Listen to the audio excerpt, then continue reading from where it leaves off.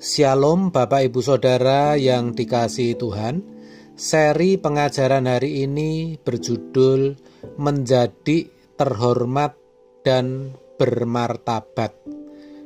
Saudara, kalau kita baca kisah dalam Lukas 15 ayat 11 sampai 32 tentang anak yang hilang, kita melihat anak bungsu itu sudah memberontak, tetapi ayahnya masih menunggu kepulangan anaknya.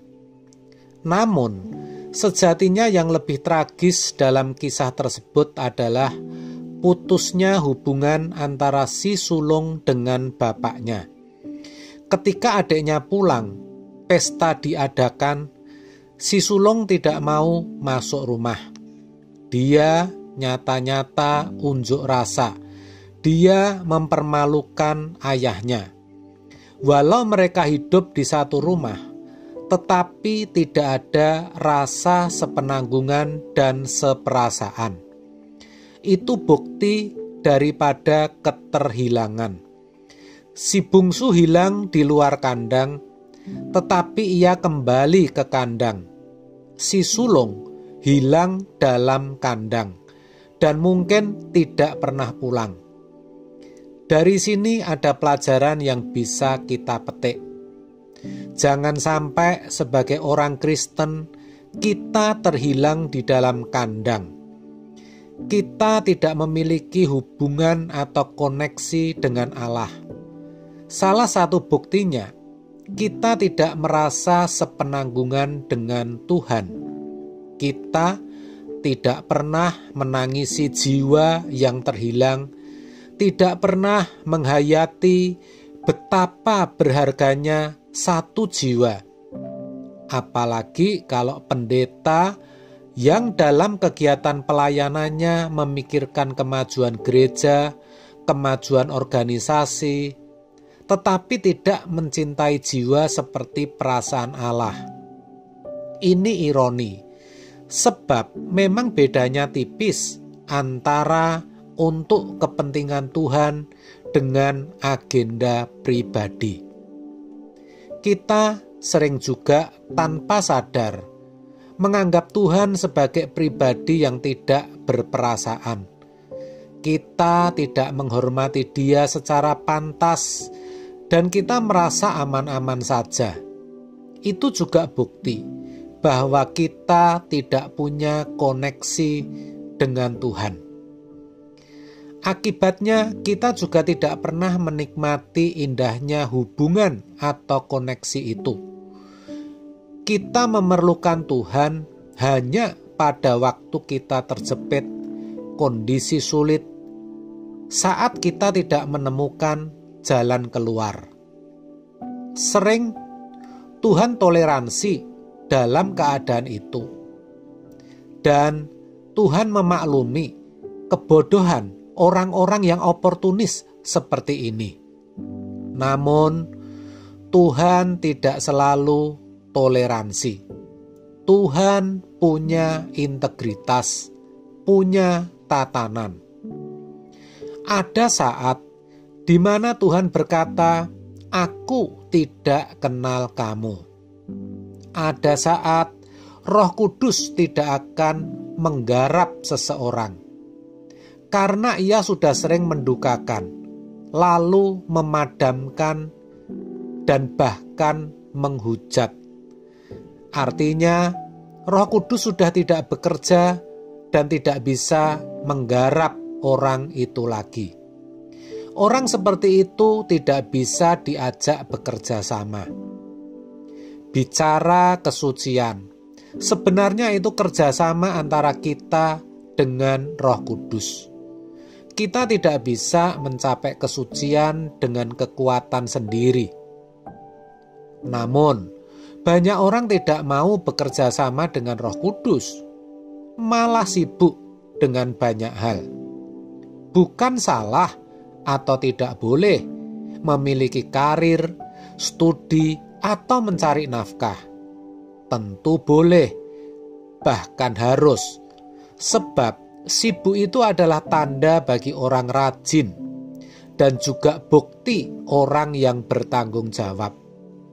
Yang jadi masalah, kalau sampai kita melupakan Tuhan, sehingga kita tidak pernah memiliki koneksi dengan Allah.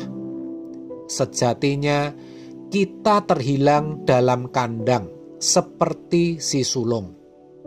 Ingat, Allah punya tatanan. Kalau kita tidak memperhatikan peringatan ini, mungkin kita tidak akan pernah mendapat peringatan lagi. Roh Kudus itu tidak bisa selalu didugakan. Dia bisa padam. Kalau sudah padam, Allah bisa berhenti menggarap kita. Sebab Roh Kuduslah yang diberikan Allah untuk menuntun hidup kita.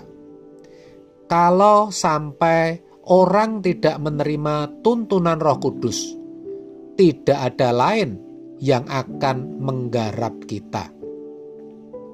Maka agar tidak terhilang, kita butuh Tuhan, butuh Roh Kudus. Sebab kalau kita mendekat kepada Tuhan, kita pasti sadar bila mana ada dosa dan kesalahan di dalam diri kita.